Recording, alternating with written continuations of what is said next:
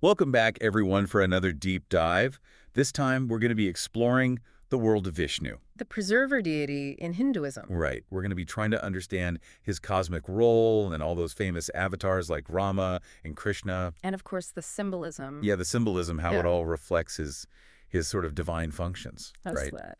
And, we've had some questions from our listeners about Vishnu's impact on Dharma. Oh, good one. So we'll definitely try to weave that into our exploration as well. Sounds good. So to help us navigate this pretty vast and intricate topic, we've got some really insightful excerpts from some scholarly works on Indian history and religion and culture. Great. Looking forward to it. Me too.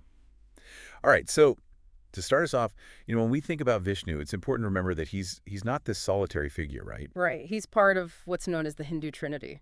Exactly. The Trinity with Brahma, the creator, and Shiva, the destroyer. Hmm. So how does this Trinity work together Right. to shape the cosmos? What does it actually mean for Vishnu to be like the preserver within this whole dynamic? Well, you can think of it as this kind of cosmic dance Okay. between creation, destruction, and preservation. And it's this constant interplay that keeps the universe in motion. Vishnu's role is to maintain balance amidst these forces. He's ensuring the continuity of existence. And upholding Dharma, the cosmic order. Right, exactly. So it's not like he's passively preserving things. Not at all. It sounds like he's actively engaged in maintaining this balance. Oh, yeah, definitely. The sources really emphasize that Vishnu, he doesn't just, sit back and watch. He intervenes whenever Dharma is threatened. And that's where the avatars come in, right? Exactly. These divine incarnations that descend to Earth. To restore balance. And I have to say, these avatars are some of the most captivating figures in all of Hindu mythology, right? Oh, for sure. You've got Rama, known for his unwavering adherence to duty, and Krishna, the master strategist. Right. What can we learn about Vishnu's role as preserver by examining what they did and how they acted? Well, Rama, as depicted in the epic Ramayana, he really exemplifies the ideal of moral conduct. Okay. He faces these immense challenges, but he remains steadfast in his commitment to righteousness, embodying, the very essence of Dharma. It's interesting that you highlight Rama's commitment to righteousness, right? Yeah. Does this suggest that following one's dharma, even when it's difficult, is a key aspect of Vishnu's influence on cosmic order? That's a great observation. It seems that upholding Dharma, even when faced with adversity, is a core principle, woven into Vishnu's essence. Right. And then we have Krishna, as depicted in the Bhagavad Gita, Right. who takes a more nuanced approach. He emphasizes wisdom, strategic thinking, and understanding the complexities of Dharma to guide humanity towards a path of balance. So both Rama and Krishna, despite their different approaches, ultimately contribute to preserving this cosmic order. Yeah. But how does this concept of Dharma actually manifest in the world? It seems like it's more than just doing the right thing, right? It's multifaceted. It encompasses righteous conduct, cosmic order, and duty. It's complex. It's this complex interplay between individual actions and universal balance. Okay. Vishnu's actions, both directly and through his avatars, aim to uphold and reestablish this delicate balance. That makes me wonder if we're living in a time when Vishnu might need to manifest a new avatar, Wow. To restore balance in the world, that's a fascinating question. It really is. Perhaps we can find some clues by, looking deeper into the symbolism associated with Vishnu. Each of his attributes holds these layers of meaning, offering further insights into his divine functions. Okay, let's unpack that symbolism. All right. We've got the conch, the discus, the mace, and the lotus. Each one seems to hold this unique significance.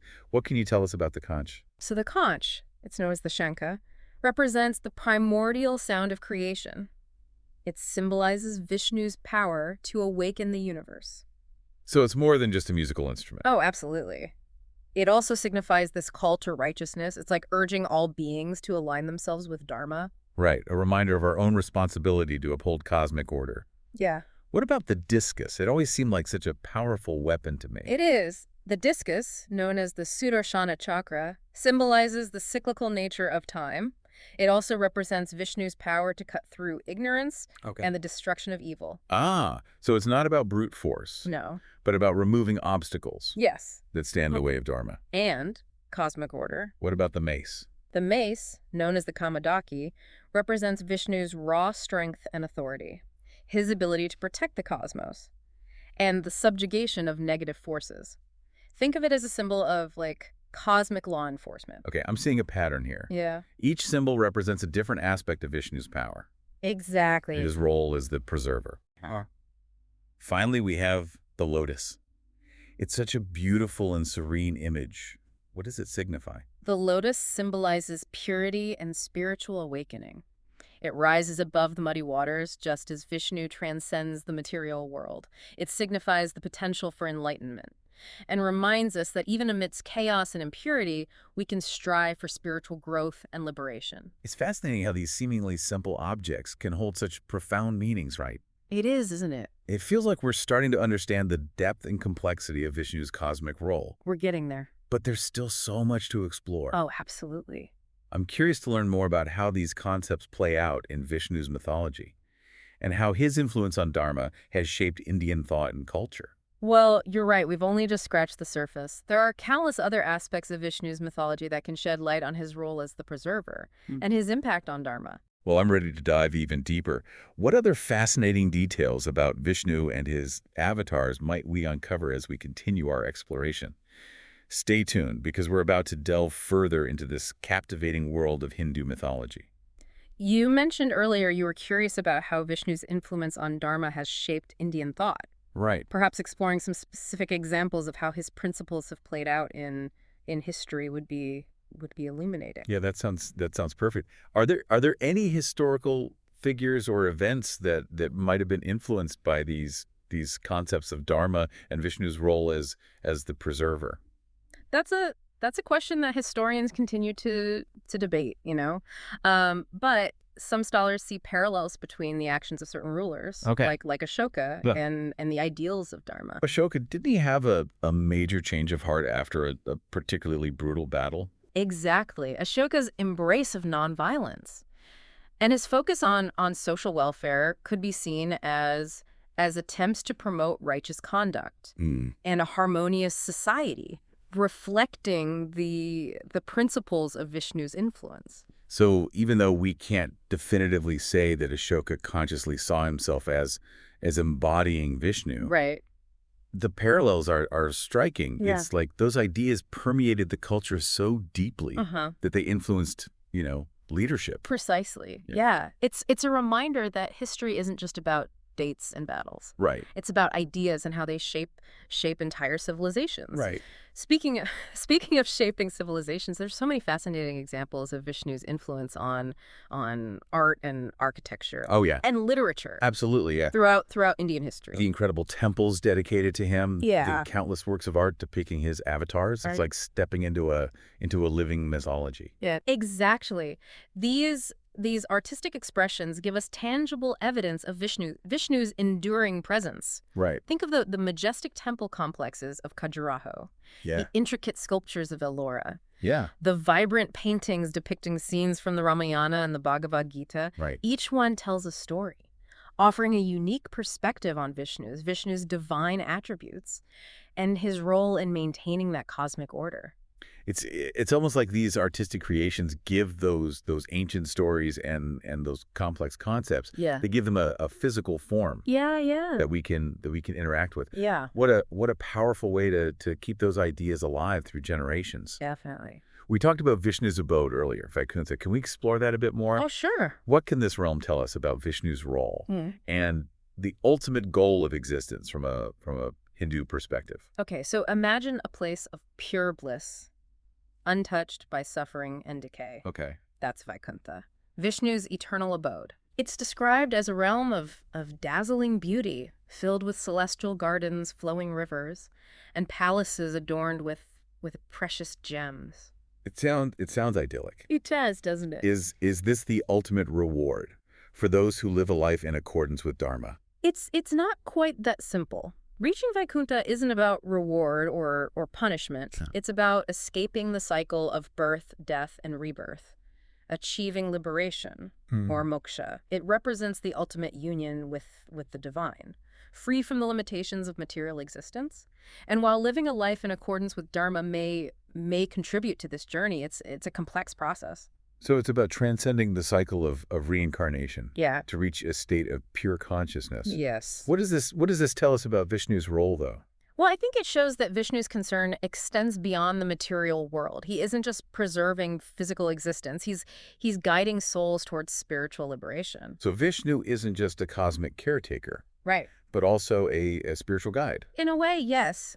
It's a lot to wrap your head around. It is. It is. Hindu mythology is rich with these interconnected layers. We've been talking a lot about Vishnu's actions and symbolism, but Hindu mythology also emphasizes his consorts. Okay. They aren't just, passive companions, Right. but they represent different aspects of his power and play vital roles in his cosmic functions. Okay, this is where it gets really fascinating. Yeah, right. I'm definitely intrigued to delve into the world of Vishnu's divine consorts. Yeah, let's start with Lakshmi, Okay. who we've already mentioned in relation to Dharma. Yeah. She's probably the most well-known of Vishnu's consorts. Yes, Lakshmi, the goddess of wealth, prosperity, and fortune.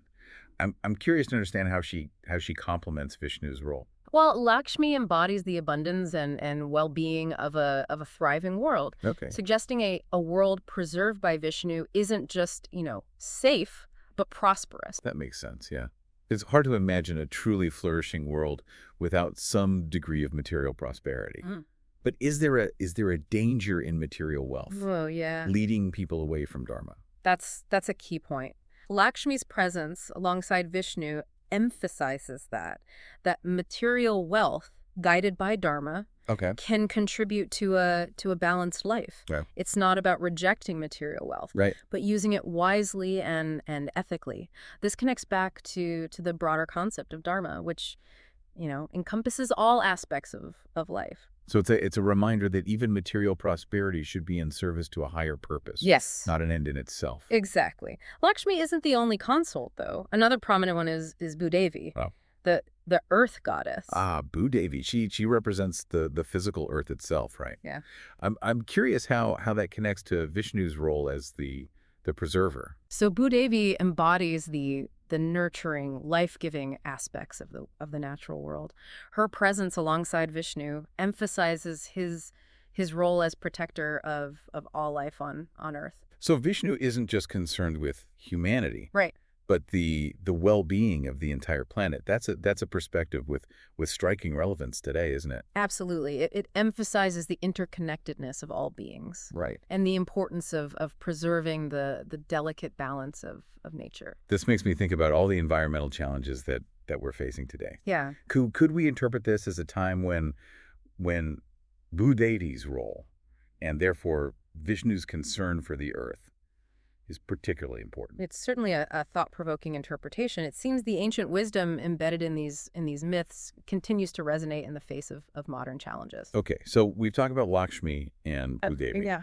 Are there other consorts who play significant roles? Absolutely. Another fascinating consort is Saraswati, the goddess of knowledge, wisdom, and the arts. I've seen images of her depicted with a book and a musical instrument. What does she represent in relation to Vishnu? Well, Saraswati embodies the importance of knowledge, creativity, and intellectual growth. Her presence alongside Vishnu suggests that a world preserved by him isn't just, physically safe, Right. but intellectually and culturally vibrant as well. So it's a holistic vision of preservation, not just about physical safety, but the flourishing of knowledge Yeah. and the arts. Precisely. And as we delve deeper into Vishnu's mythology, we'll see this interconnectedness again and again. Well, I'm ready for more. What other fascinating aspects of Vishnu's mythology might we uncover as we continue this deep dive? We've been discussing Vishnu's consorts and how they embody different aspects of his power. Right, yeah. Are there any stories or myths that highlight their roles in his actions? Do they actively participate in events? Yeah, I'm curious about that. Do they just kind of symbolize these things, or do they actually get involved? Oh, they definitely get involved. Well, Vishnu is often the central figure. There are instances where his consorts play crucial roles. For example, there's this fascinating story about Lakshmi's part in restoring balance during a time of great turmoil. Oh, okay. So the myth tells of this severe drought plaguing the world. Crops were failing, people were starving. the balance of nature was in jeopardy. Vishnu recognized the dire situation and decided to intervene, but he realized he couldn't do it alone. So he turned to Lakshmi. Exactly. It makes sense that the goddess of prosperity would be essential in a time of famine. Right. Vishnu sought Lakshmi's aid. Knowing her power over abundance was key to restoring balance. He asked for her help to revitalize the earth and end the drought. What did Lakshmi do? Ever compassionate and devoted to her consort, Lakshmi used her divine powers to summon the rain clouds, replenishing the parched earth and ending the famine. It's a beautiful story. It shows that Lakshmi's role goes beyond simply symbolizing wealth. Yeah. She's an active force working alongside Vishnu to ensure the well-being of all beings. Yeah. It reinforces the idea that Vishnu's consorts are partners in his mission, each contributing their abilities to preserve Dharma. But we focused a lot on the benevolent aspects of Vishnu, right? Mm-hmm. Are there any stories that depict him as a more fearsome deity? That's a great question. While Vishnu is primarily known for his benevolent and protective nature, there are instances where he displays a more fearsome aspect. Right. Take, for example, the story of Narasimha, one of Vishnu's most ferocious avatars. Narasimha, wasn't he the half man, half lion who tore apart a demon king? That's the one. Yeah, that story always struck me as kind of intense. It is. The Narasimha avatar shows that Vishnu isn't simply a passive force for good. He can unleash his wrath against evil and injustice when necessary. It reminds us that even in preserving cosmic order, there are times when decisive action, even violence, is needed to overcome powerful forces of negativity. Exactly. And it highlights an important aspect of Hindu mythology, the idea that even the gods aren't purely good or evil. They're complex beings capable of a range of emotions and actions, just like humans. Right. That complexity makes exploring these myths even more fascinating. You talked about Vishnu's weapons earlier. Could those be seen as extensions of his multifaceted nature? Absolutely. Vishnu's weapons aren't just tools of destruction. They represent different aspects of his divine power and play, symbolic roles in his cosmic function. The Sudarshana chakra, for example, is a spinning disc said to be infused with this incredible power. It's often depicted as this blazing weapon capable of slicing through anything. So how does this fearsome weapon fit into Vishnu's role as the preserver? Well, think about it this way. It seems to be contradictory, doesn't it? The Sudarshana chakra represents Vishnu's ability to cut through ignorance, dispel illusion, and destroy evil, restoring balance and upholding Dharma. It's not just brute force, right, but a targeted removal of obstacles to cosmic order. Exactly. Are there other weapons that embody different aspects of Vishnu's power? Another prominent weapon is the Kaumadaki, a mace symbolizing his raw strength and authority. It represents Vishnu's ability to subdue negative forces, protect the cosmos, and ensure Dharma prevails. We can see these weapons as extensions of Vishnu's power, often wielded by his avatars to carry out their missions on Earth. That makes me think of Rama wielding a bow and arrow. Yeah. It's almost like those are manifestations of Vishnu's cosmic weapons. Right, exactly. They represent the cosmic forces Vishnu commands and serve as reminders of his ultimate authority. Right. And his commitment to preserving order. This leads us to another fascinating element of Vishnu's mythology. Okay. His animal companions or vahanas. Oh yes, I remember reading about Garuda, the giant eagle that serves as Vishnu's mount. That's right. Are these vahanas just modes of transport, or do they have like a deeper meaning? Just like his weapons, Vishnu's vahanas are more than just transportation. They represent different aspects of his divine power. Garuda, for instance, is often depicted with golden feathers and a wingspan that can blot out the sun. He sounds majestic. What does Garuda represent? Garuda symbolizes speed, strength, and unwavering loyalty. What? As Vishnu's mount, he allows the god to travel swiftly across the cosmos, responding to threats and ensuring the timely preservation of order. So it's like having a cosmic emergency response system. Yeah, exactly. Vishnu can be anywhere in the universe in an instant. Right, And Garuda's keen eyesight symbolizes Vishnu's all-seeing nature, allowing him to perceive everything happening in the universe. It's not just about speed and power then, No. but also knowledge and awareness. Exactly. Garuda allows Vishnu to act swiftly and decisively. But we've talked a lot about action and intervention, right? Are there vahanas that represent a different aspect of Vishnu's nature? Absolutely. Another notable vahana is Adisesha, a giant serpent with multiple heads. Okay. He's often depicted coiled up, forming the bed upon which Vishnu rests. I've always loved that image of Vishnu reclining on Adisesha. Yeah, it's beautiful. It evokes a sense of peace and tranquility. It does, doesn't it? What does Adisesha represent? I mean, the Seisha embodies timelessness, stability, and the very foundation of the universe. He provides this stable base for Vishnu to contemplate the cosmos, symbolizing the importance of balance between action and inaction. Preservation requires both dynamic intervention and quiet contemplation. Right. It's a reminder that even a god as powerful as Vishnu needs moments of rest and reflection to truly understand the universe he protects. Are there any other vahanas that offer insights into Vishnu's nature? One more we should mention is Kurma, the giant tortoise. Okay. You might remember him from the story of the churning of the ocean, Yeah. where he offered his back as a pivot for Mount Mandara. Yes. It's such a powerful image of stability and resilience. What does Kurma symbolize as Vishnu's vahana? Kurma represents patience, endurance, and steadfastness. He embodies the qualities needed to maintain order and balance in a constantly changing world. It's a reminder that true preservation requires not just strength and speed, but also the ability to withstand challenges and persevere through difficult times. It feels like each of Vishnu's vahanas offers a different lesson about the qualities needed to uphold Dharma and maintain balance in the cosmos. You've put it beautifully. They each embody a facet of Vishnu's nature and offer guidance on how we might contribute to preserving harmony in our own lives. This deep dive has been truly enlightening. We've explored so much Vishnu's avatars, symbols, consorts, weapons, vahanas.